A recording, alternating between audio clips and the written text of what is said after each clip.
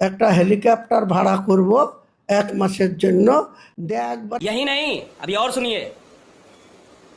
উত্তর দিনাজপুর থেকে মালদা, মুর্শিদাবাদ, নদিয়া, উত্তর 24 পরগনা, দক্ষিণ 24 পরগনা, হাওড়া, মেদিনীপুর, এই বর্ধমান, সব জায়গায় যাব।